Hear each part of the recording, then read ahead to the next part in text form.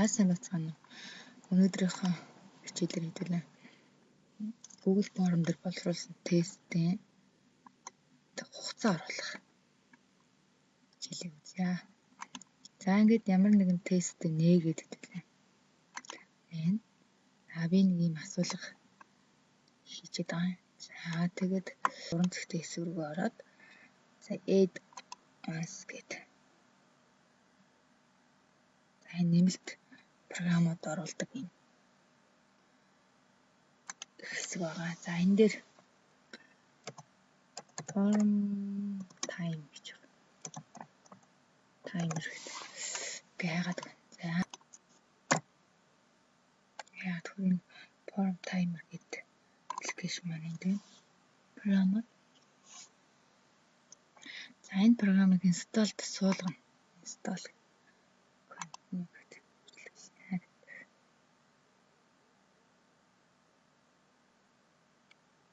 За энд өөрийнхөө мэйл хаягаар орно гэдэг. Яагаад вэ? За энийг зөвшөөрнө. За ингээ инсталлд суулгаад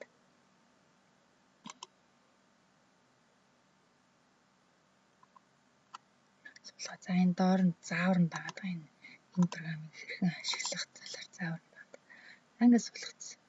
Хэсэлээд энэ хэсэг дээр програмаар суудсан байгаа. Form timer гэдэг. Харлаа. За ангууд configure. За энэ хэсэгт continue to form timer гэсэн юм. За ингэнгүүт Google-ээр нэвтэрч орно гэсэн юм. Google Gmail-ээр нэвтэрч орно гэсэн. За хугацаатай тест боловсруулах арга зүй гэсэн. Формат нээн. За энэ хэсэг дээр хэдүүлээ. Тохиргоогоо хийж өгдөг.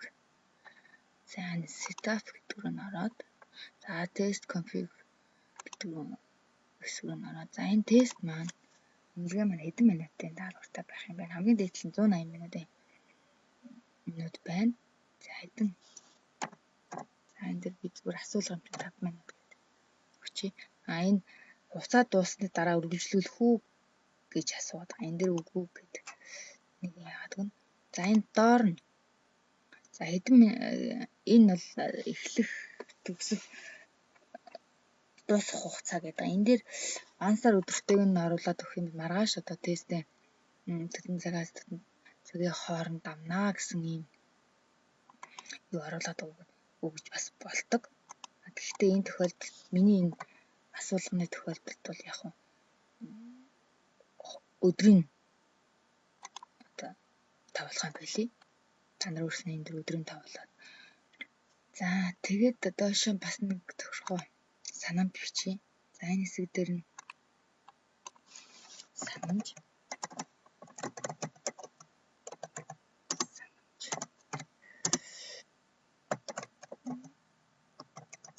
хугацаа дуусахаас өмнө илгээх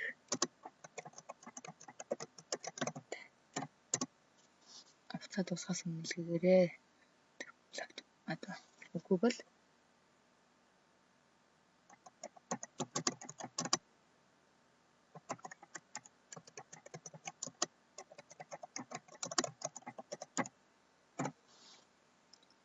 автоматар хаагдах болно гэсэн санамж бичиж. Ангаас эхлээд. Ингээд санамжаа биччихээд Classroom байрлуулъя. Classroom-д байрлуулсан чинь линкэн копидод Facebook хаягаар илгээсэн ч болно. Яасан ч болно. За миний Classroom-д ингээд одоо ангиас Classroom-ийнхаа ангийг сонгоод байрлуулж болно. Энэ бол багш нарын асуулга учраас би Classroom-д байрлуулахгүйгээр линкэн копидод оруулна гэсэн үг.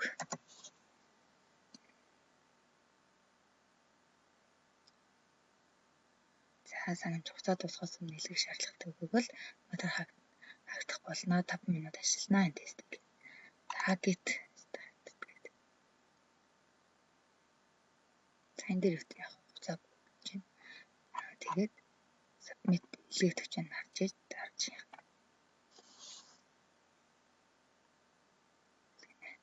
За ингээ анхаарал тавьсан хувьд баярлалаа. Буцаадаа тест боловсруулах өөр маш олон аппликейшнуд байдаг. Тэр програмууд байдаг. Түүний хамгийн хэлбэрийн би та танилцууллаа.